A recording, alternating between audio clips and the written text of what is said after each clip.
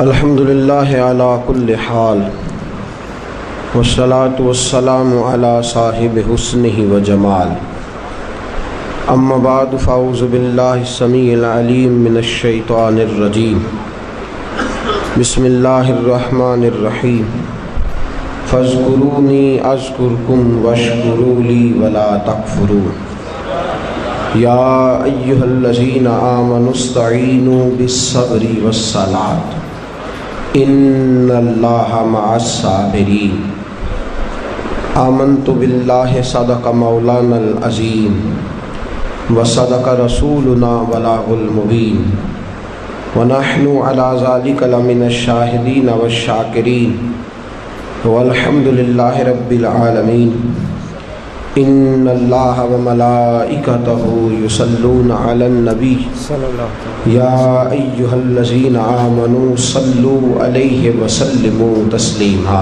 الصلاۃ والسلام علیک یا سید یا رسول اللہ وعلی آلک واصحابک یا سید یا حبیب اللہ الصلاۃ والسلام علیک یا سید یا نبی اللہ بابا سے بلند پڑھیے درود پاک الصلاۃ والسلام علیک یا سید یا رحمۃ للعالمین وعلی آلک واصحابک یا سید یا خاتم النبیین اللہم صلی علی سیدنا و مولانا محمد معدن الجود والکرم وآلہ وصحبہ وبارک وسلم۔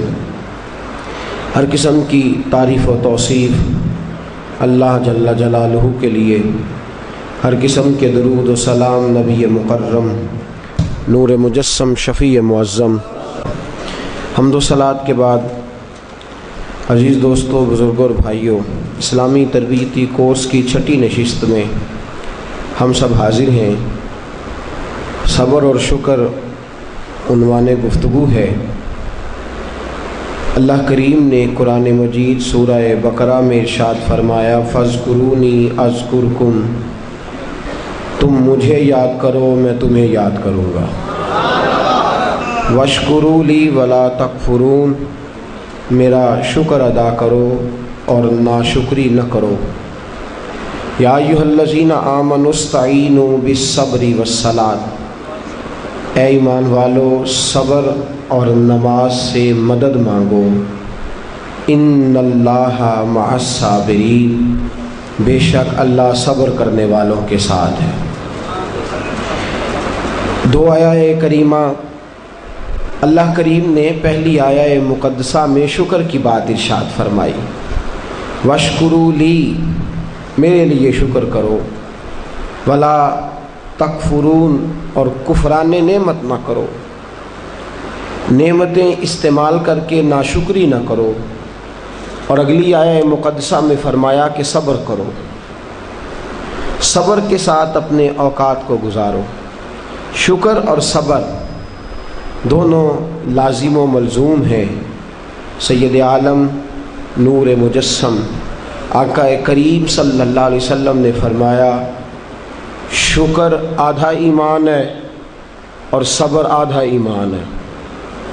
نصف ایمان شکر ہے، نصف ایمان صبر ہے۔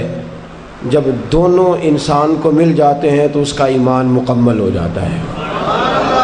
نصف ایمان صبر ہے، نصف ایمان شکر ہے۔ صبر اور شکر کی نعمتیں جہاں آ جاتی ہیں وہاں حسن بخشتی ہیں۔ صبر اور شکر جہاں آ جاتے ہیں وہاں انسان کو تسلی دے دیتے ہیں۔ اس کے لیے وقت گزارنا اور اپنے خدا کے ساتھ مصیبتوں میں رشتہ برقرار رکھنا آسان ہو جاتا ہے۔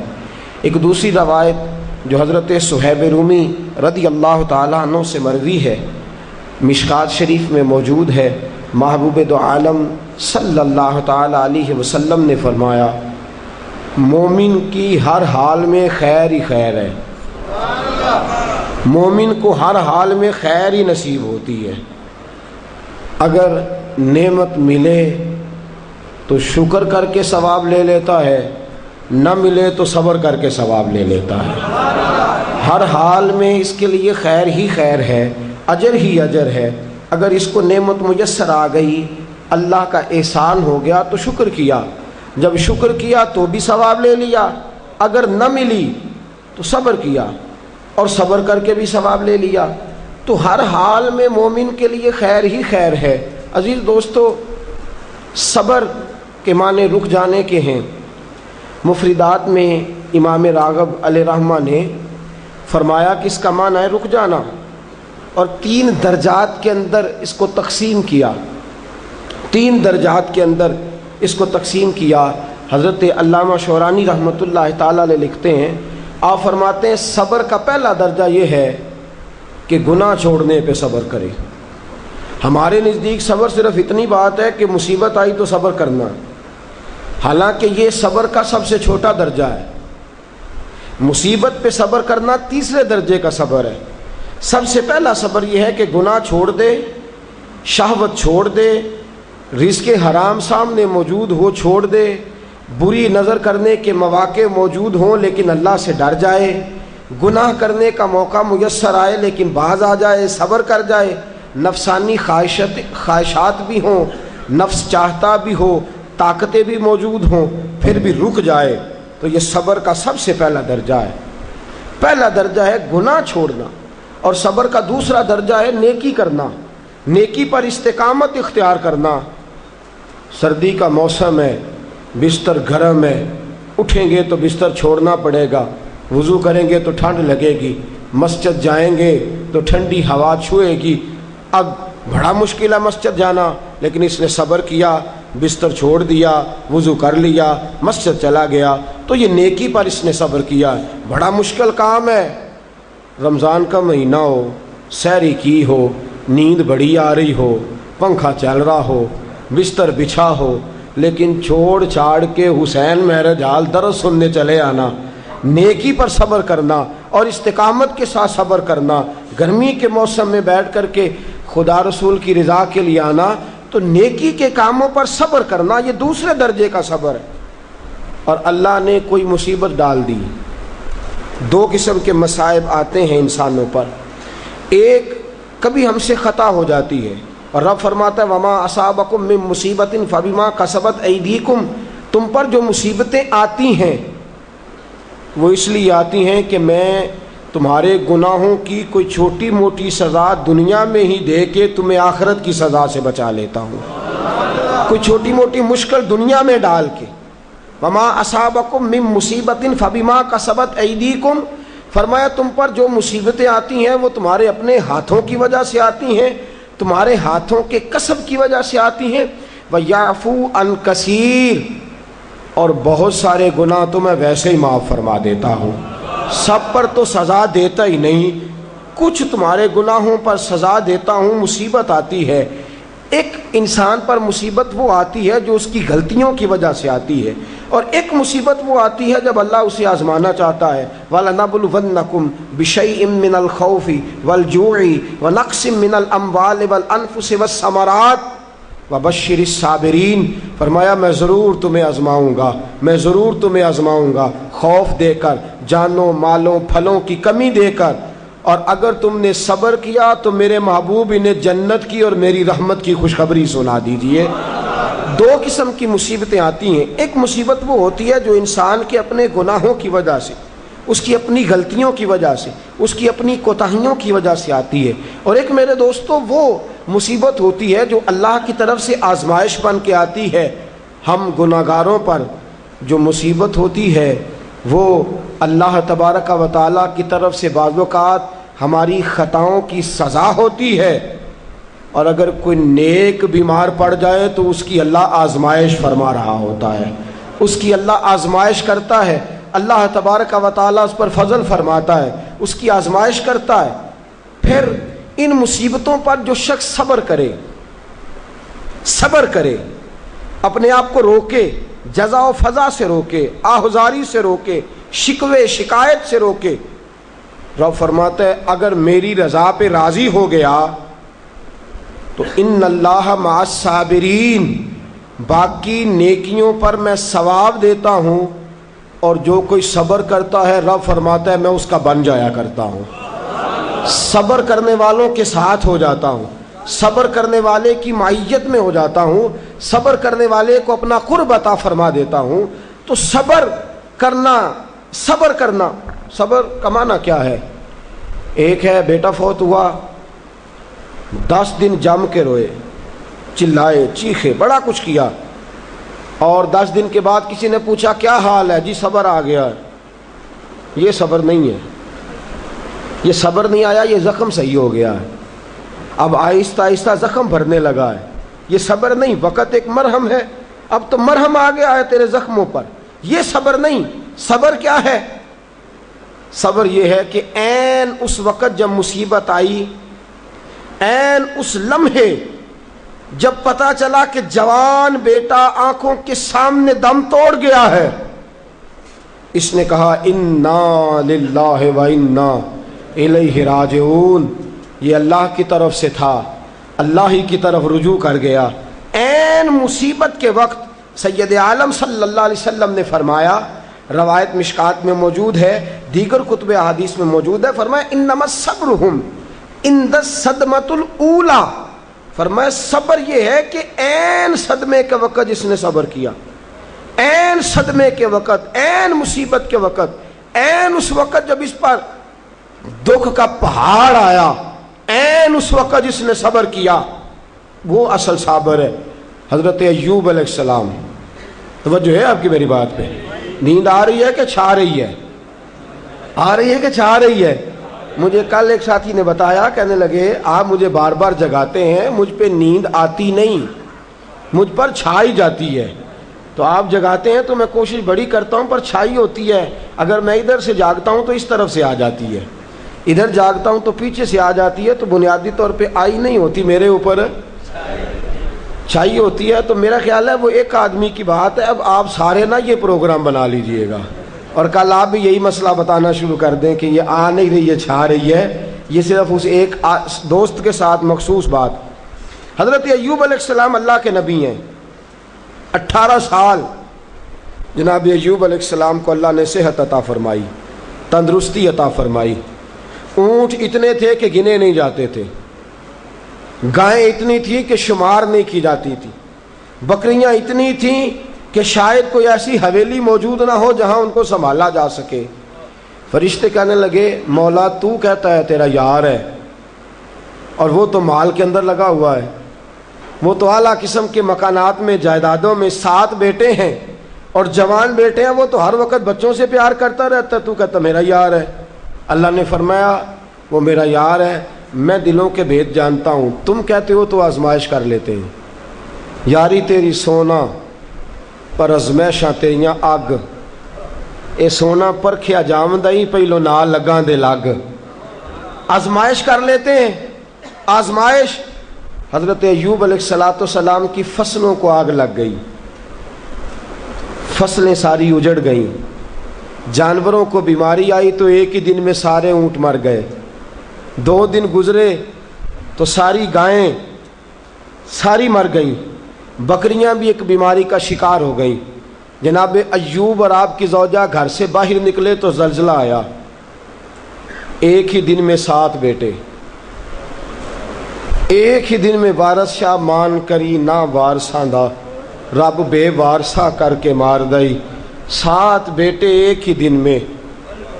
ابھی صدمہ سر پہ تھا کہ رب نے بیمار کر دیا، پورے وجود پر پھنسیاں، پھوڑے، تکلیفیں۔ حضرت ایوب کی زوجہ آپ کی خدمت میں آئیں، کہنے لگی اے ایوب دعا کرو، آپ پیغمبر ہیں، آپ کے منہ سے تو لفظ نکلتے ہیں اللہ قبول فرما لیتا ہے، آپ دعا کرو۔ کہنے لگے یہ بتا شفا کتنا عرصہ رہی ہے، مال کتنا عرصہ رہا ہے، یہ بتا میرے پاس اولاد کتنا عرصہ رہی ہے۔ کہنے لگی 18 سال۔ کہنے لگے 18 سال اس کا فضل، کرم، احسان رہا ہے، اب ذرا مجھے 18 سال تکلیف میں رہ لینے دے، پھر دعا بھی کر لوں گا، پہلے مجھے 18 سال گزار لینے دے نا، جتنا وقت اس نے مجھے آسانی میں دیا ہے اتنا ذرا تکلیف تو بھئی، سکھ آئے تو خوشی خوشی، کیا بات ہے کیا بات ہے کیا بات ہے، دکھ آئے تو شکوہ شروع کر دیا، صبر ہی نہیں کیا، ٹھہرا ہی نہیں، کہا مجھے 18 سال ذرا گزار لینے دے، اس کے بعد دعا کر لوں گا۔ کہنے لگی دعا کرنے میں کیا حرج ہے، دعا کر دیں، کہنے لگے دعا کر کے کیا کروں؟ رب سے عرض کریں کہ شفا دے دے۔ تو فرمانے لگے اللہ کو نہیں پتا ایوب بیمار ہے، اس کو خبر نہیں کہ ایوب بیمار ہے، جے سونا میرے دکھ وچ راضی تے پھر سکھ نو چلے ڈاواں، اس کو نہیں خبر بیمار ہے، میں صبر کروں گا، میں صبر کروں گا۔ 18 سال گزرے۔ علامہ اسماعیل حقی رحمۃ اللہ علیہ فرماتے ہیں 18واں سال چڑھا، تردامنی پہ شیخ ہماری نہ جائیے، ہم دامن نچوڑ دیں تو فرشتے وضو کریں۔ وہی فرشتے بارگاہ خدا بندی میں کہنے لگے یا اللہ ہم جان گئے ہیں واقعی تیرا پکا یار ہے، اس قابل ہے کہ یار بنایا جائے۔ حضرت ایوب علیہ السلام تندرست ہو گئے، شفا ہو گئی۔ ایک عرصہ گزرا تو آپ کی زوجہ ایک دن آپ سے پوچھنے لگی ایوب وہ دکھ اچھے تھے یا یہ سکھ اچھے ہیں؟ وہ دکھ اچھے تھے یا سکھ؟ آپ فرمانے لگے دن تو سارے ہی اللہ کے ہیں، پر اگر مجھ سے پوچھو تو دکھ ہی اچھے تھے۔ اگر مجھ سے پوچھو تو دکھ اچھے تھے، صبر کرتا تھا، کبھی کبھی رو بھی پڑتا تھا۔ دکھ تھے تو بارگاہ خدا بندی میں جاتا تھا تو آنسو بھی بہہ جاتے تھے، تکلیفیں تھی تو سجدہ کرتا تھا تو مصلی بھیگ جاتا تھا، درد تھا ہاتھ اٹھاتا تھا تو داڑھی پہ آنسو گرتے تھے۔ جب سے سکھ آئے ہیں آنسو ہی خشک ہوتے چلے جا رہے ہیں۔ یہ دکھ ہے تو درد ہے، دکھ ہے تو سوز ہے، دکھ ہے تو انسان کے دل کے اندر تڑپ ہے۔ فرمایا مجھے تو لگتا ہے اصل اللہ کا بندہ وہی ہے کہ اللہ اسے مصیبت پہ رکھے اور وہ خدا سے صبر کر کر کے اجر حاصل کرتا رہے۔ صبر کرنا اور مصیبتوں کے اوپر اپنے آپ کو ٹھہرانا کام مشکل۔ اور جب اللہ آزمائش ڈالتا ہے نا تو جو کام سیدھے ہوتے ہیں وہ بھی الٹے ہونے شروع ہو جاتے ہیں۔ جب خدا کی طرف سے وَلَنَبْلُوَنَّكُمْ بِشَيْءٍ مِّنَ الْخَوْفِ وَالْجُوعِ وَنَقْصٍ مِّنَ الْأَمْوَالِ وَالْأَنفُسِ وَالثَّمَرَاتِ، جب اللہ کی طرف سے آزمائش آتی ہے، جب انسان پر اللہ کی طرف سے کوئی چیز نازل ہوتی ہے، آپ سونے کو ہاتھ رکھتے ہیں تو مٹی ہو جاتی ہے۔ آپ کسی طرف بھی، بہت سے دوست آ کے کہتے ہیں جی قدم آگے اٹھاتا ہوں جاتا پیچھے ہے، کیا کروں؟ تو میں اکثر عرض کرتا ہوں کہ تھوڑے دن قدم اٹھانا ہی چھوڑ دیں۔ کیا کریں؟ بیٹھ کے اللہ اللہ کریں، صبر کریں، دعا کریں۔ کچھ وقت انسان پر ایسا ہوتا ہے تلک الایام نداولها بین الناس، جو اللہ نے انسان کے دن بدل کے رکھنے ہوتے ہیں، کچھ وقت ایسا ہو، پھر ایک وقت آتا ہے کہ وہی انسان مٹی میں ہاتھ رکھتا ہے تو اللہ اسے سونا بنا دیتا ہے۔ رب آزمائش کرتا ہے، رب آزماتا ہے۔ جو لوگ مصیبتوں پر صبر کرتے ہیں، جو لوگ مصیبتوں پر صبر کرتے ہیں، سید عالم نور مجسم شفیع معظم صلی اللہ تعالی علیہ وسلم نے فرمایا، رب فرماتا ہے ایک بندہ اللہ کی بارگاہ میں کھڑا ہوا، قیامت کا دن ہے، فرشتے نامہ اعمال کھولنے لگے۔ اللہ نے فرمایا فرشتوں تمہیں پتہ ہے میں نے اسے دنیا میں بڑے دکھ دیے تھے، اس پر بڑی آزمائشیں آئی تھیں، اس نے زندگی بڑی تکلیف میں گزاری تھی، تمہیں خبر ہے؟ یا اللہ ہم جانتے ہیں بڑا صابر ہے، بڑا صابر ہے، اس نے صبر کے ساتھ وقت گزارا، صبر کے ساتھ اپنے اوقات کو طے کیا۔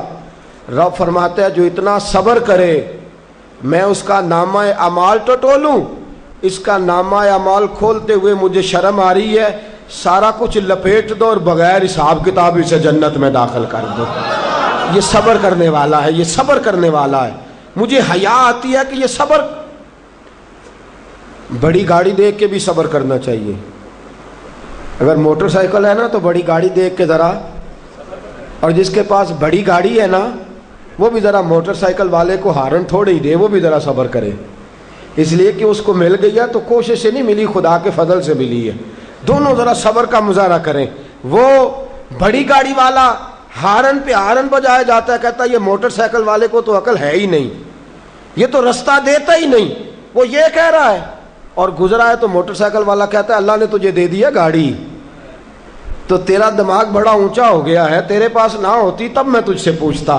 اب دونوں ہی شکوہ کر رہے ہیں، دونوں ہی گلہ کر رہے ہیں، دونوں ہی شکایت کر رہے ہیں، دونوں کو صبر کرنا چاہیے، دونوں کو اطمینان سے رہنا چاہیے۔ جب انسان کے وجود میں صبر آ جاتا ہے، جب اس کو صبر نصیب ہوتا ہے، بڑی خوبصورت حدیث، بڑی بخاری شریف میں موجود ہے، اور صاحب عمدۃ القاری حضرت مفتی شریف الحق صاحب رحمۃ اللہ تعالیٰ علیہ فرماتے ہیں بخاری شریف کی یہ حدیث ایسی ہے جسے میں جب بھی پڑھتا ہوں میں چوم لیتا ہوں. اس حدیث کو میں فرماتے ہیں لفظوں کو میرا پڑھنے کو بھی دل کرتا ہے اور چوم لینے کو بھی دل کرتا ہے. حدیث کیا ہے؟ رسول کریم صلی اللہ تعالی علیہ وسلم نے فرمایا، رب فرماتا ہے ایک بندہ ہے اس کو میں نے آنکھیں نہیں دی، اس کو میں نے آنکھیں نہیں دی، اندھا ہے، پیدائشی اندھا ہے یا بعد میں کسی وجہ سے ہو گیا، وہ بینا نہیں ہے، نابینا ہے، اس کے پاس آنکھیں نہیں، لیکن اس نے زندگی بھر صبر کیا، اس نے زندگی بھر صبر کیا، صبح قیامت وہ کھڑا ہوا تو رب کریم نے فرشتوں سے فرمایا فرشتوں اس کو میں نے آنکھیں نہیں دی، بیچارہ نہ بیٹی دیکھ سکا نہ بیٹا، نہ باپ دیکھ سکا نہ ماں، یہ کوئی دنیا کا نظارہ نہیں کر سکا، تم بتاؤ اس کا اجر کیا ہے؟ فرشتے کہتے ہیں مولا جنت کا اعلیٰ درجہ دے دے، اللہ اسے بے حساب بخش دے، یا اللہ اس پر رحمتوں کے دروازے کھول دے، یا اللہ اس کو نواز دے. تو رب فرماتے اس نے ساری زندگی بغیر آنکھوں کے صبر کیا ہے، اسے صرف جنت نہیں ملے گی بلکہ آج اسے اس کا رب اپنا دیدار بھی کرائے گا. فرمایا جو اندھا ہو نابینا ہو اور پھر وہ صبر کرے اور استقامت کے ساتھ رہے، شکوہ نہ کرے، گلہ نہ کرے، فرمایا قیامت میں لوگ جنت کے نظارے کریں گے اور یہ اللہ کا دیدار کرے گا، اس کو رب کریم کے جلوے دکھائے جائیں گے، اس لیے کہ یہ صابر رہا، یہ شاکر رہا، یہ اللہ تبارک و تعالیٰ کی عطا پہ راضی رہا، یہ رب کائنات کی دی ہوئی آزمائشوں پر ہمیشہ استقامت کے ساتھ ڈٹا رہا. صبر کا معاملہ تو بالکل ہمارے ہاتھ سے نکل گیا، اور میں جب تجزیہ کرتا ہوں، غور کرتا ہوں تو ہمارے جھگڑوں کی بنیاد ہی صبر ہے. حسد صبر کی وجہ سے، اگر صبر نہیں تو حسد پیدا ہو جائے گا، اس کو اللہ نے دے دیا تو مجھے کیوں نہیں دیا. اب اگر صبر کرتا، جو اللہ نے دیا ہے اس پر یہ صبر کرتا تو حسد کی لعنت سے بچ جاتا. اور پھر گھروں میں جو فسادات ہے، خاندانوں میں جو جھگڑے ہیں، اس کی بہت بڑی وجہ یہ ہے کہ ہم صبر نہیں کرتے. گلہ شکوہ شکایتیں یہ ساری چیزیں اس لیے پیدا ہوتی ہیں کہ ہم صبر کرنے کو تیار نہیں. جب تو صبر کر لیتا ہے، جب تو اپنے وجود کے اندر ٹھہراؤ پیدا کر لیتا ہے، پھر تیرے اندر تحمل مزاجی آ جاتی ہے، پھر بردباری آ جاتی ہے، پھر ٹھہراؤ آ جاتا ہے، پھر تیرا دل اتنا گہرا ہو جاتا ہے کہ حضرت سلطان باؤ رحمۃ اللہ علیہ فرماتے ہیں دل دریا سمندروں ڈونگے کون دلاں دیا جانے. جب تیرا دل اتنا گہرا ہو جائے گا تو صبر کرے گا. اور میرے اعلیٰ حضرت فاضل بریلوی رحمۃ اللہ علیہ فرماتے ہیں جو صابر ہوتا ہے نا، توجہ ہے آپ کی، میری بات کی سمجھ آ رہی ہے؟ اعلیٰ حضرت فرماتے ہیں بڑا قیمتی جملہ، فرماتے ہیں جو صابر ہوتا ہے وہ سکون میں ہوتا ہے، جو صابر ہوتا ہے وہ، جو صبر نہیں کرتا بے سکون رہتا ہے. اگر صابر ہے نا، تھوڑی غذا پہ تھوڑی روٹی، اگر صابر ہے صبر کرتا ہے تو پھر شیخ سعدی رحمۃ اللہ تعالیٰ علیہ کے پاس ایک شخص آیا، کہنے لگا حضرت جی دیکھیں نا میرے پاس اتنے بھی پیسے نہیں کہ میں جوتے لے سکوں، اتنے بھی پیسے کوئی نہیں جوتے لے سکوں. فرمایا صبر کر اللہ دے گا. کہنے لگا جی صبر ہی کیا ساری عمر، اس نے جوتے لینے کے برابر بھی پیسے نہیں دیے، ننگے پاؤں پھر رہا ہوں. شیخ سعدی رحمۃ اللہ تعالیٰ علیہ نے اس کا بازو تھاما، ایک گھر میں لے گئے، دروازے پہ دستک دی، گھر کا مالک باہر آیا، اس نے دونوں طرف بیساکھیاں پکڑی ہوئی ہیں، ٹانگیں تو ہیں پر پیر ہی کوئی نہیں. فرمانے لگے بتا یہ اچھا ہے کہ تو، کہنے لگا جی میں آپ سے بھی معافی مانگتا ہوں، اپنے رب سے بھی معافی مانگتا ہوں، اس کے تو پیر ہی نہیں بیچارے کہ اس کے پاس تو قدم ہی نہیں. دوستو جب صبر رخصت ہو جاتا ہے، جب صبر رخصت ہو جاتا ہے، نبی پاک صلی اللہ تعالی علیہ وسلم نے فرمایا خدا اگر تجھے مصیبت دیتا ہے نا، اور ان مصیبتوں پر جب اللہ تجھے قیامت میں اجر دے گا، دنیا میں رب تجھے جو مصیبتیں ڈالتا ہے ان مصیبتوں پر جب قیامت کے دن اللہ تجھے اجر دے گا تو تیرا دل چاہے گا کاش سکون ہوتا ہی نہ، آزمائشیں ہی آزمائشیں ہوتی، کاش سکون نہ ہوتا، آزمائشیں ہی آزمائشیں ہوتی جب تو وہ اجر دیکھے گا.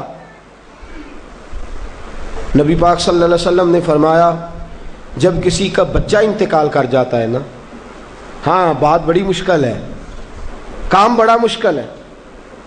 جب کسی کا بچہ، بیٹا یا بیٹی انتقال کر جاتا ہے، وہ کسی دانشور نے کہا تھا کہ میرا باپ انتقال کر گیا، 6 مہینے گزرے تو میرا 18 سال کا بیٹا بھی انتقال کر گیا. کہنے لگے میں نے اپنے 80 سال کے باپ کا جنازہ اٹھایا تو میری کمر نہیں جھکی، لیکن جب 18 سال کے بیٹے کا جنازہ اٹھانے لگا تو میری کمر جھک گئی. اور رو کے کہنے لگا لوگوں، باپ کا جنازہ پڑھنا آسان ہے، دعا کرو کسی کو بیٹے کا جنازہ نہ پڑھنا پڑ جائے. بڑا مشکل کام ہے، بڑا کٹھن مرحلہ ہے، یہ بڑی آزمائش کا معاملہ ہے. نبی رحمت صلی اللہ علیہ وسلم نے فرمایا جب کسی کا بچہ انتقال کر جاتا ہے، جب کسی کا بیٹا یا بیٹی انتقال کر جاتا ہے، فرشتے اس کی روح لے کے اللہ کی بارگاہ میں جاتے ہیں. رب فرماتا ہے تم میرے بندے کے جگر کا ٹکڑا لے آئے ہو، اس کے وجود کا حصہ لے آئے ہو، اس کی روح کی ٹھنڈک لے آؤ ہو. بولو تو صحیح میرا بندہ کیا کہتا تھا، بتاؤ میرا بندہ کیا کہتا تھا. اس نے کیا کہا؟ فرشتے کہتے ہیں مولا جب ہم نے اس کے بیٹے کی روح قبض کی اور وہ اپنے بیٹے کی میت پہ آیا تو اس نے تیرا گلہ نہیں کیا، شکوہ نہیں کیا، بلکہ اس نے کہا انا للہ و انا الیہ راجعون. یہ دیا بھی اللہ نہیں تھا، لے بھی اللہ ہی گیا ہے. جب اس نے یہ بیٹے کی میت دیکھی ہے تو اس نے یہ کہا ہے کہ اللہ کا مال تھا، اللہ لے گیا. رب فرماتا ہے باقی کے کام چھوڑ دو، جنت کی طرف جاؤ اور میرے اس بندے کے لیے اور اس کے بیٹے کے لیے ایک مکان بنا دو. جنت میں جاؤ، دنیا کی زندگی تو تھوڑی ہے نا، اور آخرت کی زندگی حد ہی کوئی نہیں، اس کی حد ہی کوئی نہیں، کتنی لمبی ہے.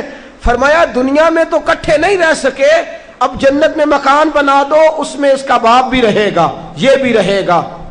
حضرت ابو ہریرہ رضی اللہ تعالیٰ عنہ فرماتے ہیں اللہ کے محبوب صلی اللہ تعالیٰ علیہ وآلہ وسلم کے صاحبزادے جناب ابراہیم علیہ السلام فرماتے ہیں حضور کے صاحبزادے آپ رات کو جب ان کی ولادت ہوئی تو نبی کریم علیہ السلام ہمارے درمیان آئے.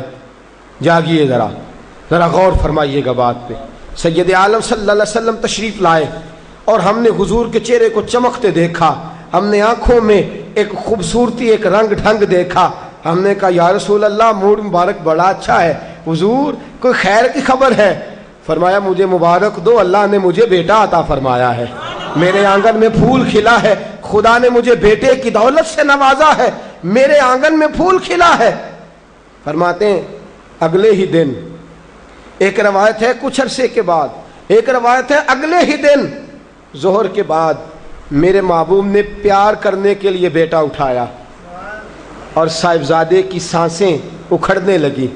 رسول پاک کے صاحبزادے نبی پاک کے مقدس ہاتھوں میں سانسیں اکھڑ رہی ہیں. حضور کے دستے مبارک میں صاحبزادے نے وصال کر دیا. آنکھیں بند کی تو نبی کریم کی مقدس آنکھوں میں آنسو آئے. رات خوشی تھی، رات حضور مبارکیں وصول کر رہے تھے، رات مسکرا رہے تھے، صحابہ کے جرمٹ میں بیٹھ کر محبت کی بات ہو رہی تھی. ایک ہی تو رات گزری ہے، 24 ہی تو گھنٹے ہوئے ہیں، آنکھوں میں آنسو بھر آئے ہیں. حضرت عبداللہ ابن عمر رضی اللہ تعالیٰ عنہ عرض کرتے ہیں یا رسول اللہ آپ رو رہے ہیں؟ حضور صاحبزادے کا انتقال ہوا تو رو رہے ہیں؟ نبی رحمت صلی اللہ تعالیٰ علیہ وسلم نے فرمایا عبداللہ دل میرا غمزدہ ہے، آنکھوں میں آنسو ہیں، پر میں اپنی زبان سے وہی جملے کہوں گا جس سے میرا اللہ راضی ہوگا. میں کوئی بے صبری والی بات نہیں کروں گا، میں کوئی ایسا جملہ نہیں کہوں گا جس سے میرا خدا ناراض ہو جائے. اگرچہ میرا دل غمزدہ ہے، اگرچہ میں پریشان ہوں، اگرچہ میری آنکھیں آنسو بہا رہی ہیں، یہ محبت کی علامت ہے، یہ پیار کی علامت ہے. لیکن فرمایا میری زبان سے کوئی کسی کے ہاں میت ہو جائے تو آنسوؤں سے رونا محبت کی علامت ہے. اگر آنسو آتے ہیں نا تو یہ تو محبت ہے. حضرت عثمان بن مظعون رضی اللہ تعالیٰ عنہ کا وصال ہوا تو اللہ کے محبوب کی آنکھوں میں آنسو آئے. سیدہ عائشہ صدیقہ رضی اللہ تعالیٰ عنہ نے کہا یا رسول اللہ آپ روتے ہیں؟ فرمایا یہ آنسو محبت کی علامت ہے. خدا کو بین کرنا ناپسند ہے، شور کرنا ناپسند ہے، باتیں کر کر کے رونا، شور کرنا، آہوزاری کرنا، ماتم کرنا، فرمایا یہ چیزیں خدا کو پسند نہیں. شور کرنا، بالخصوص خواتین اس بات پہ ضرور توجہ کریں، اس کی باتوں کا تذکرہ کر کر کے رونا، اونچی آواز میں بیان کرنا اور بار بار تڑپ کے کہنا کیا بنے گا، کہاں جائیں گے، کیسے گزر اوقات کریں گے. یہ جملے کہنا اللہ کے رسول کو اتنا ناپسند ہے کہ نبی پاک صلی اللہ علیہ وسلم نے فرمایا جو عورت میت پر بیان کرتی ہے یا جو شخص ماتم کرتا ہے، فرمایا وہ تو میری امت میں ہی شامل نہیں ہے. فرمایا میں تو اس کو شامل ہی نہیں سمجھتا. لیس منی، وہ ہم میں سے نہیں ہے. صبر کرے، ٹھہر جائے، اللہ کی رضا پہ راضی ہو جائے، قضا پہ راضی ہو جائے، جھک جائے خدا نے. اتنا شور کرنا، اتنی آہوزاری کرنا، اور معاذ اللہ بعض اوقات تو کفریہ جملے بولے جاتے ہیں. انتقال ہو گیا، تبھی موت چلا گیا، ہارٹ اٹیک سے انتقال، تو کہتے ہیں ہم پہ ظلم ہو گیا ہے. معاذ اللہ، آپ اللہ کو ظالم کہہ رہے ہیں، خدا کو ظالم کہہ کے کفر اکٹھا کر رہے ہیں. کفریہ فکرے بولے جاتے ہیں. معاذ اللہ تعالیٰ ثم معاذ اللہ، ایسی باتیں کی جاتی ہیں جو شریعت اسلامیہ میں سخت سزا کی مستحق ہیں. صبر کرنا، حوصلہ کرنا، آنسوؤں سے رونا، اپنے دل کے اندر محبت رکھنا، لیکن کبھی بھی کسی موقع پر بھی اپنی زبان سے گلہ کرنا، شکوہ کرنا، شکایت کرنا، کسی بابت کوئی بات بھی کرنا، دوستو یہ شریعت اسلامیہ میں جائز نہیں. صبر کریں، صبر کا پہاڑ بن جائیں. ان اللہ مع الصابرین، اللہ صبر کرنے والوں کے ساتھ ہے، اللہ صبر کرنے والوں کو جزا دیتا ہے. اور حضور نے فرمایا جب بھی تم پہ کوئی مصیبت آئے، الذین اذا اصابتہم مصیبہ قالوا انا للہ و انا الیہ راجعون. جب بھی کوئی مصیبت آئے پڑھا کرو انا للہ و انا، صرف فوتگی کے وقت نہیں، جب بھی کوئی مصیبت آئے کیا پڑھنا ہے؟ انا للہ و انا الیہ. اور یاد رکھیے مصیبتیں اللہ کے پیاروں پر آتی ہیں. 500 سال فرعون نے دعویٰ خدائی کیا ہے معاذ اللہ. 300 سال فرعون کا حال یہ تھا کہ ننگے پاؤں کانٹوں پہ چلتا تھا، پر اس کے پیر میں کانٹا بھی نہیں چبھتا تھا. فرشتے کہتے ہیں یا اللہ یہ کیا ہے؟ وہ تو اور ڈٹ جائے گا کہ میں خدا ہوں. فرمایا مہلت دے رہا ہوں. جو بیمار ہوتے ہیں وہ اللہ کے فرما بردار ہوتے ہیں، ان کو تو ساتھ تھوڑی تکلیف دے کے اللہ معاف کرتا رہتا ہے، ورنہ ڈھیل دیتا. ایک صحابی ہیں،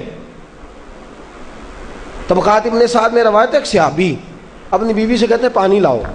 رات کا وقت ہے، آنکھ کھلی تو کہتے ہیں اٹھ پانی لا. بیوی پیالے میں پانی لائی، سو گئے، آنکھ لگ گئی. فرما بردار بیوی ساری رات پانی لے کے کھڑی رہی، ساری رات. کبھی سنتے تھے ہم بھی بزرگوں سے کہ بیویاں ایسا کرتی ہیں، کبھی سنا کرتے تھے. وہ شوہر بھی بڑے تقوی اور طہارت والے ہوتے تھے تو بیویاں بھی بڑی فرما بردار ہوتی ہیں. کہ ساری رات بیوی پانی کا پیالہ لے کے کھڑی ہے. صبح آنکھ کھلی تو اپنی بیوی سے کہنے لگے کیا بات ہے تیری، مانگ تو کیا مانگتی ہے، آج تو جیسے کہے گی میں ویسے کر دوں گا. ساری رات تو کھڑی رہی، بول جس طرح تو کہے گی. بیوی نے عجیب ہی بات کر دی، کہنے لگی آپ اس طرح کریں مجھے طلاق دے دیں. اب بات کر بیٹھے تھے کہ تو جیسے کہے گی. اور صحابہ سچاؤں لوگوں کی جماعت ہے، سچائیاں ان پہ ناز کرتی ہیں. تیرا وعدہ ہے کہ تو جیسے میں کہوں گا ویسے، جیسے میں کہوں گی تو کر دے گا، مجھے طلاق دے دے. شوہر بڑا پریشان ہوا، میں نے وعدہ کر لیا تھا جیسے تو کہے گی، اب تو کہتے ہیں طلاق دے دے، یہ کیسے ممکن ہے؟ اتنی فرما بردار بیوی، اتنی اچھی بیوی دوبارہ میسر آنا مجھے ناممکن نظر آتا ہے. میں کیسے طلاق دے دوں؟ وعدہ بھی ہے، بات بھی کر لی ہے، اب تیرا مطالبہ بھی ہے، کیا کروں؟ بڑے پریشان ہو گئے. جب کسی طور بھی بات ہے نا مشکل مرحلہ، بات مشکل ہے نا، جیسے تو کہے گا، کہے گی میں ویسے، بندہ دعویٰ ہی وہ کرے جو اس سے ہو جائے گی بات، جو دعویٰ کر. اچھا کچھ دوست آ کے کہتے ہیں جی کوئی حکم، کہتے ہیں نا، تو اگر ان کو یہ حکم دے دیا جائے کہ چھت پہ کھڑے ہو جاؤ ساری رات نماز پڑھو تو کیسا؟ مشکل ہے نا. تو بندہ یہ کیوں نہ کہے کہ جناب آپ حکم کریں، اگر میری پہنچ میں ہوا تو میں اس پہ عمل کروں گا۔ اور پھر اگر حکم سنایا جائے نا، میں تو کبھی کبھی جو دوست قسم کے میرے تعلق والے لوگ ہیں وہ کہتے ہیں نا کوئی حکم، تو میں کہتا ہوں پہلے پکی بات کرو، پورا کرو گے نا؟ ایسے نہیں حکم کرا لینا چاہیے، پہلے پکی بات کرو، کر لو گے جناب کوئی حکم کسی قسم کا، حالانکہ ایسا ہو سکتا۔ یہاں تو بندہ اچھا صحابی کہہ بیٹھے جیسے تو کہے گی کر لگی طلاق دے دیں، بڑے پریشان ہوئے، کہنے لگے ایک موقع دیتی ہے، صبح چلیں گے حضور کی بارگاہ میں اور ہم دونوں اپنا مسئلہ پیش کریں گے، پھر جیسے اللہ کے نبی فرمائیں گے ویسے کر لیں گے۔ چلو ٹھیک ہے، اس پہ بات ختم ہوئی، سو گئے۔ صبح اٹھے، گھر ذرا دور تھا، دونوں میاں بیوی آ رہے ہیں مسجد نبوی کی طرف، رستے میں بیوی شوہر کو ٹھوکر لگی اور اتنا سخت گرے، ایک زخم پیر پہ، ایک ہاتھ پہ، ایک سر پہ، خون بہنے لگا۔ بیوی کہنے لگی اٹھیے اور گھر چلیے، مجھے طلاق نہیں چاہیے۔ اٹھے، گھر چلیں، میں آپ کی مرہم پٹی کرتی ہوں، گھر چلتے ہیں، مجھے نہیں طلاق چاہیے۔ کہنے لگے بھائی تیری عجیب منطق ہے، ساری رات میں سو نہیں سکا، پریشان رہا، صبح سے بھی آج پریشان رہا، میرا اتنا وقت بے چینی، پہلے طلاق چاہیے اب نہیں چاہیے، ماجرا کیا ہے؟ کہنے لگی اصل بات یہ ہے کہ میں نے اپنے رسول پاک صلی اللہ علیہ وسلم کی حدیث سنی، حضور نے فرمایا جس سے اللہ پیار کرتا ہے اسے مشکل میں ڈال دیتا ہے، اس پر کچھ مصیبتیں آ جاتی ہیں جس سے اللہ محبت کرتا ہے۔ تو میں جب سے تیرے گھر آئی تھی میں نے کوئی مصیبت نہیں دیکھی تھی، تو میں سمجھنے لگی تھی کہ اللہ تجھ سے پیار نہیں کرتا، لیکن آج تجھے چوٹ لگ گئی ہے، تجھ پر کچھ تھوڑی مشکل آئی ہے، تو مجھے سمجھ آئی ہے کہ نہیں اللہ تجھ سے پیار کرتا ہے، لہذا میں تجھ سے طلاق نہیں رہوں گی، تیرے گھر کے اندر ہی وقت گزاروں گی۔ آپ اندازہ فرمائیے کہ یہ مصیبت آنا اور صبر کرنا کتنی اعلیٰ بات ہے کہ صحابہ ڈھونڈ رہے ہیں، تلاش کر رہے ہیں کہ جس پر مصیبت آ نہیں رہی وہ تو بڑا عجیب آدمی ہے، جس پر مشکل آ نہیں رہی وہ تو بڑا جو ہے وہ اللہ تبارک و تعالیٰ کا کہیں نافرمان نہ ہو۔ حضرت ام سلمہ رضی اللہ تعالیٰ عنہ فرماتی ہیں میرے شوہر حضرت ابو سلمہ رضی اللہ تعالیٰ عنہ بڑے شفیق، بڑے مہربان، بڑی اچھی طبیعت والے، بڑا پیار کرنے والے، خیال رکھنے والے، فرماتے میں سمجھتی تھی مدینے کی سب سے سکھی عورت میں ہوں۔ ان کا طریقہ یہ تھا کہ مسجد سے جب واپس آتے نا تو جو نبی کریم صلی اللہ علیہ وسلم سے سن کے آتے آ کے مجھے بھی سناتے، جو سن کے آتے آ کے مجھے بھی۔ اچھا ترقی مل جائے اگر تو گھر جا کے ہم بتاتے ہیں کہ نہیں جی؟ ہاں ایک بات کئی دفعہ نہیں بتاتے، اگر تنخواہ بڑھ جائے تو اس میں کئی دفعہ کوتاہی کرتے ہیں، وہ نہیں بتاتے گھر اس لیے کہ ہمیں پتہ ہے اگر ہم نے تنخواہ بڑھانے کا بتایا تو ادھر سے خرچہ بھی بڑھ جائے گا، لہذا یہ کبھی کبھی ہم کوتاہی کرتے ہیں، لیکن بہرحال اپنی ترقی ضرور بتا دیتے ہیں کہ میری ترقی ہو گئی ہے، یہ اتنا ضرور ہم بتا دیتے ہیں۔ اچھا یہ ساری باتیں اگر ہم بتاتے ہیں اور پھر اور بھی کئی قصے گھر جا کے سناتے ہیں، آج دفتر میں یہ شغل ہو گیا، یہ بات ہو گئی، سناتے ہیں بات، اور یہ بری بات بھی نہیں ہے، گھر والوں کے ساتھ جا کے خوش طبی کرنا اور گھر کے اندر کا ماحول خوشگوار رکھنا یہ حضور علیہ السلام کی سنت ہے۔ لیکن یہ جو ہم حدیث سنتے ہیں، فرمان سنتے ہیں، قرآن و سنت کی بات سنتے ہیں، یہ بھی ہمیں گھر جا کے سنانی چاہیے۔ صحابہ جو سن کے آتے تھے گھر جا کے یہ کام بھی کرنا چاہیے، یہ بھی صحابہ کی سنت۔ نبی پاک صلی اللہ تعالی علیہ وسلم کے صحابی حضرت ابو سلمہ رضی اللہ تعالیٰ عنہ کی عادت ہے گھر جاتے اور جو حضور سے سنا گھر جا کے سناتے، آج آئے تو حضرت ام سلمہ رضی اللہ تعالیٰ عنہ فرماتی ہیں، آگے کہنے لگے آج میں نے بڑی پیاری حدیث حضور سے سنی ہے، تو بھی یاد کر لے۔ کہا وہ کون سی؟ کہا اللہ کے رسول صلی اللہ علیہ وسلم نے فرمایا جس پر کوئی مصیبت آئے اور وہ کہے انا للہ وَإِنَّا إِلَيْهِ رَاجِعُونَ، اور پھر یہ دعا مانگے کہ یا اللہ یہ جو تو نے مجھ سے چیز لی ہے مجھے اس کا بہتر نعم البدل عطا فرما۔ اِنَّا لِلَّہ پڑھے اور کہے یا اللہ جو دیا ہے اس کا بہتر نعم البدل دے۔ حضور فرماتے ہیں اللہ جو چیز لی ہوگی اس سے بہتر چیز اسے عطا فرما دے گا۔ یہ حدیث گھر جا کے سنائی۔ حضرت ام سلمہ کہتی ہیں میرا چراغ بھی بجھ جاتا تو میں پڑھ دیتی اِنَّا لِلَّهِ وَإِنَّا إِلَيْهِ رَاجِعُونَ۔ میں نے وظیفہ پکا لیا، میں اس پہ مکمل طور پر استقامت کے ساتھ عمل کرنے لگی۔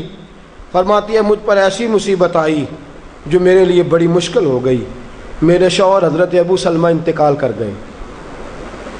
فرماتی ہیں میں نے پڑھا انا للہ و انا الیہ راجعون، میں نے کہا یا اللہ مجھے بہتر نعم البدل عطا فرما۔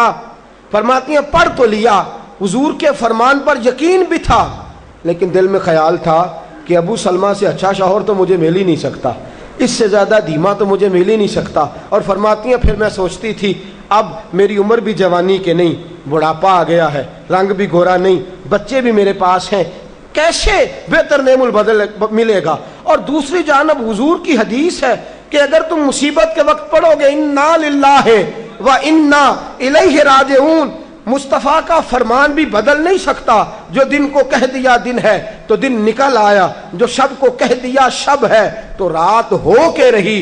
خدا نے ان کی زباں کو وہ اختیار دیا، جو نکلی منہ سے ان کے وہ بات ہو کے رہی۔ یہ تو ہو نہیں سکتا کہ حضور فرمائے اور ایسا ہو نہ۔ فرماتی ہیں پڑھ بھی لیا، عدت کے دن مشکل سے گزارے، عدت ختم ہوئی، میرے دل میں حدیث بھی ہے کہ حضور نے فرمایا اللہ بہتر نعم البدل دے گا، اور دوسری جانب یہ بھی ہے کہ ابو سلمہ سے اچھا شوہر نہیں مل سکتا۔ فرماتی ہیں لوگوں حضور کے فرمان پر قربان جاؤں اور مصطفیٰ کریم کی حدیثوں کے نثار جاؤں۔ مجھے تو اس وقت پتا چلا جب اللہ کے رسول نے پیغام بھیجا کہ میں تیرے ساتھ نکاح کرنا چاہتا ہوں، جب اللہ کے رسول نے پیغام بھیج دیا کہ میں نکاح کرنا چاہتا ہوں۔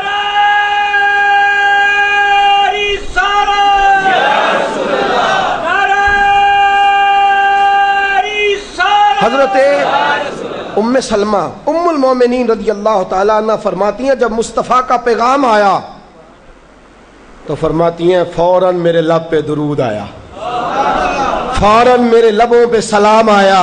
میں نے کہا محبوبہ جو بھی فرماتے ہو سچ ہی فرماتے ہو، جو بھی کہہ دیتے ہو کمال ہی کہہ دیتے ہو۔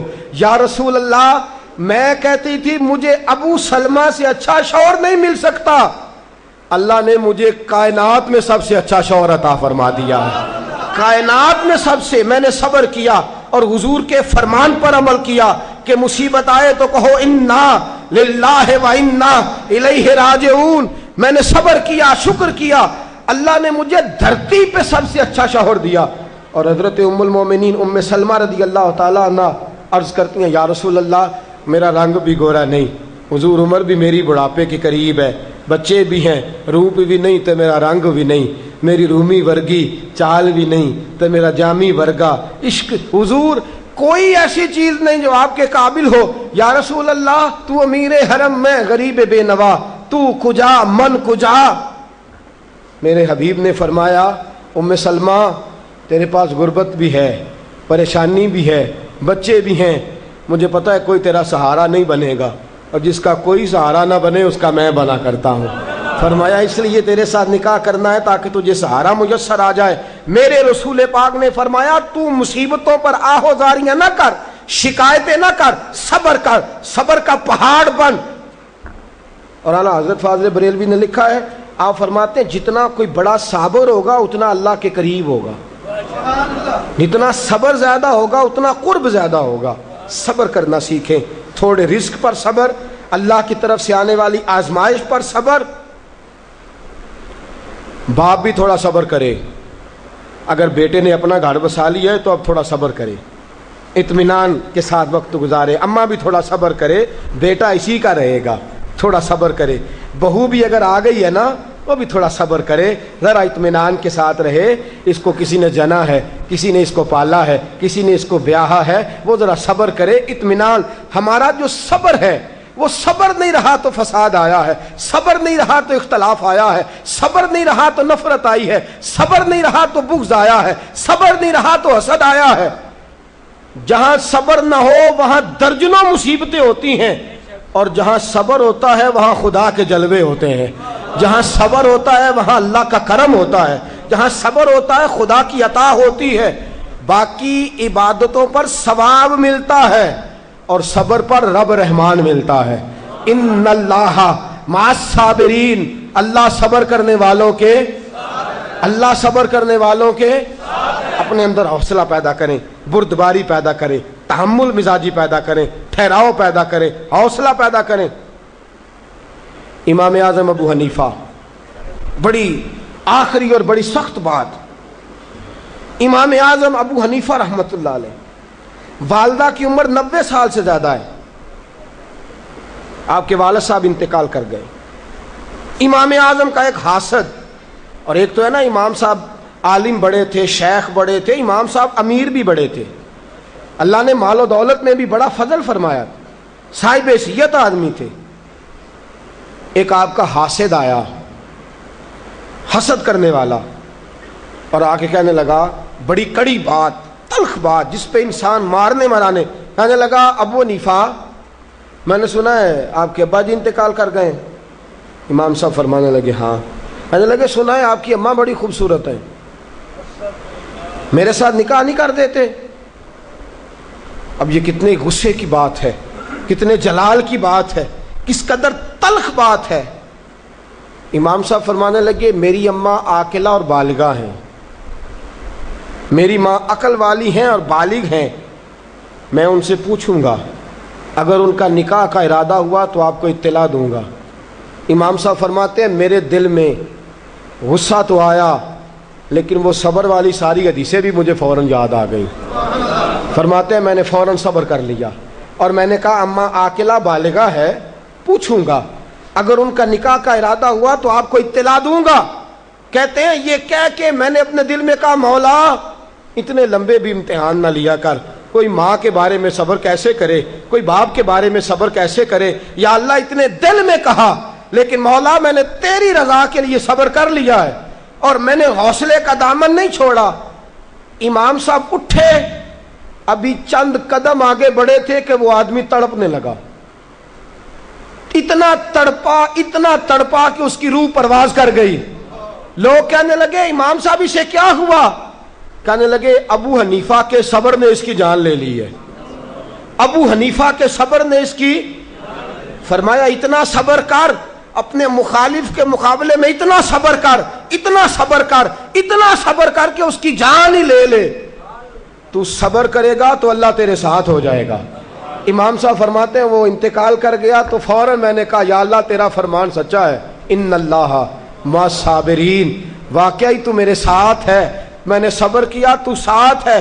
یا اللہ میں نے سزا نہیں دی، میں دیتا بھی تو تھپڑ مار لیتا، میں دیتا بھی تو سر پھوڑ لیتا، میں دیتا بھی تو ٹانگ پہ مار لیتا، جان تو نہیں نہ لے سکتا تھا، لیکن میں نے صبر کیا، رب میرے ساتھ ہوا تو اللہ نے اس کی جان ہی نکال ڈالی۔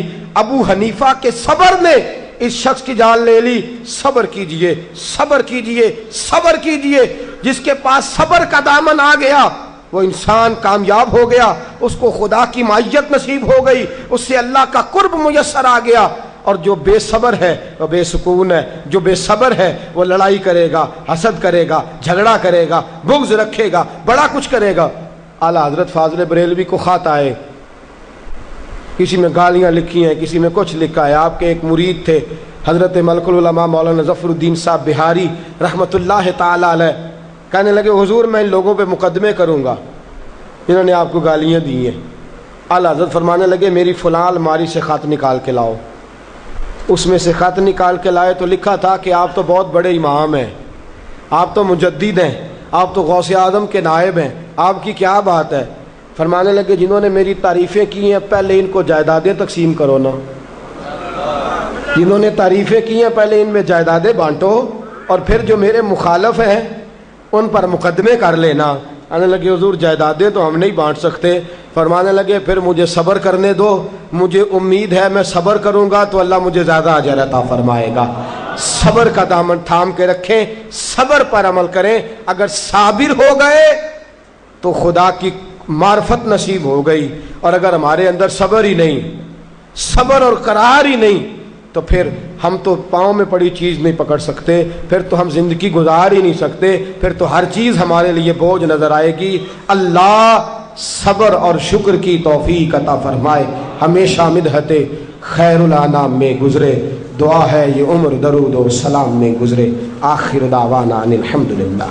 فاجان رحمت پہ لاکھوں سلام، شمع بزم ہدایت پہ لاکھوں سلام شمع بز میں ہدایت پہ لاکھ جس کی تسکین کو روتے ہوئے ہنس پڑے جس کی تسکین کو روتے ہوئے ہنس پڑے اس تبسم کی عادت پہ لاکھوں سلام مصطفیٰ جان رحمت پہ لاکھوں سلام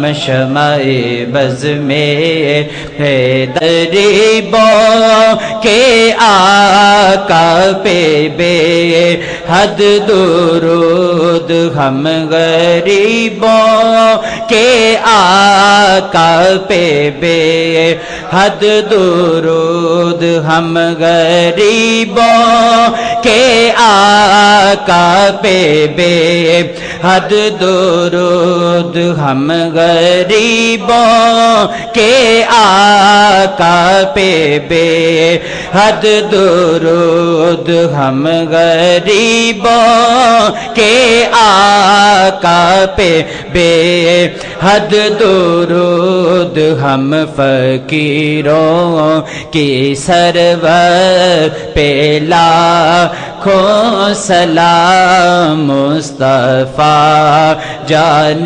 رحمت پہ لاکھوں سلام شمع بز میں ہدایت پہ لاکھوں یا رسول اللہ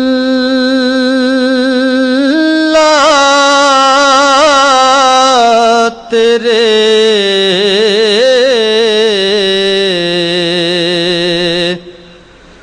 در کی فضاؤں کو سلام گنبد خضرا کی ٹھنڈی ٹھنڈی چھاؤں کو سلام جو مدینے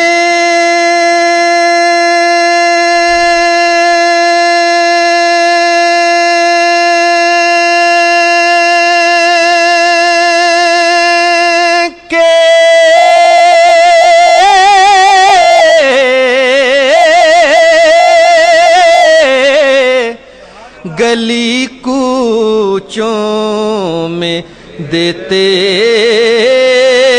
ہیں صدا تا قیامت ان فقیروں اور گداؤں کو سلام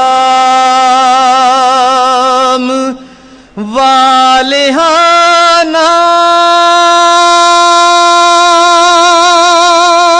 جو طواف